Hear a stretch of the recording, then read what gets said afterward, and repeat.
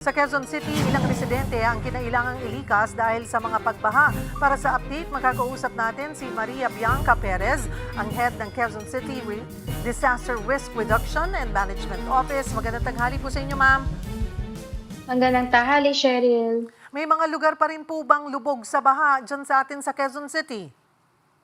Sa kasalukuyan po as of 12 noon, meron po tayong natitirang 12 locations in one barangay na lang po ang lubog po sa baha. Ito po ay sa Bagong Silangan kung saan may waist deep area. So ito po yung katabi po kasi ng Marikina, San Mateo River. Pero sa ngayon po kasi nag-subside na po yung most ng pagbabaha nung sa umaga kaya ito na lang po ang natitira, itong 12 na location sa Bagong Silangan. Gaano karami pong pamilya ang apektado doon?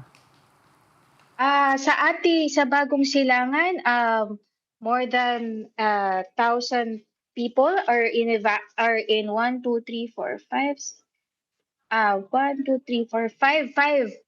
evacuation sites. Hindi pala 1,000 people, sorry. Over 3,000 individuals are in evacuation sites and nearly 1,000 po yung families na naka-evacuate sa Bagong Silangan. Kumusta yung sitwasyon po nila doon?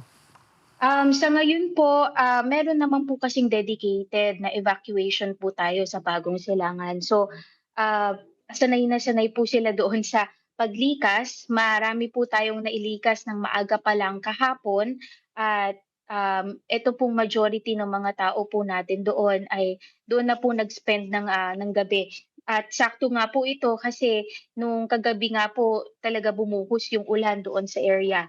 So that's across Quezon City, naramdaman po natin yung bigat ng ulan starting ng 12 midnight kagabi, tapos nag-last hanggang mga hanggang mga 4:00 ng madaling araw. Maraming binaha and then nag-subside na rin after mga 3 hours. Except itong 12 locations na nga lang po sa Bagong Silangan.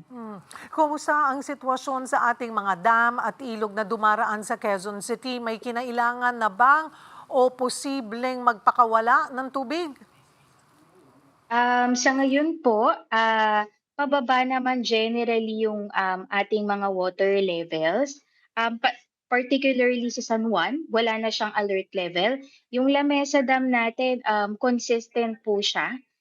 Hindi po siya masyadong tumataas po ngayon. Yung Marikina po yung medyo pataas po, yung Marikina River. So ito po yung tumatama sa may Bagong Silangan kung saan nga po may natitira tayong flooded areas. Ito po ay nasa alert level 2 po ngayon at yung Tulyahan din po nasa alert level 1. So meron pa pong hanggang alert level 3 itong mga riverways na to, yung Tulyahan, yung Marikina River, at even yung sa Lamesa Dam, may spilling level pa siya, medyo malayo pa po siya. So sa ngayon po, we are keeping our people in evacuation centers just to make sure that they are safe para po sa paparating pang lakas pang ulan na kung binalita nga po ni Pag-asa na meron pa po ngayong hapon. Kumusta rin yung lagay ng mga kalsada sa Quezon City?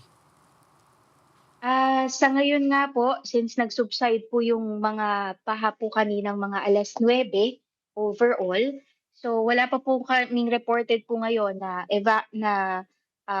areas na tumataas ang tubig. Again, sa Bagong Silangan na lang po. But since ngayon po, as we speak, umuulan na po uli, we will have to check our roads again. But as of 12 noon po kanina, wala naman po, passable po yung ating mga roads.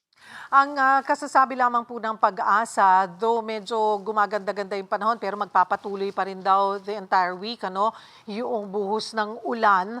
Kung magpapatuloy po yung ganitong panahon, ano-anong critical areas yung imo-monitor o minomonitor po ninyo? Sa ngayon po, yung mga areas along the Marikina, San Mateo River, which is Bagong Silangan, which I mentioned.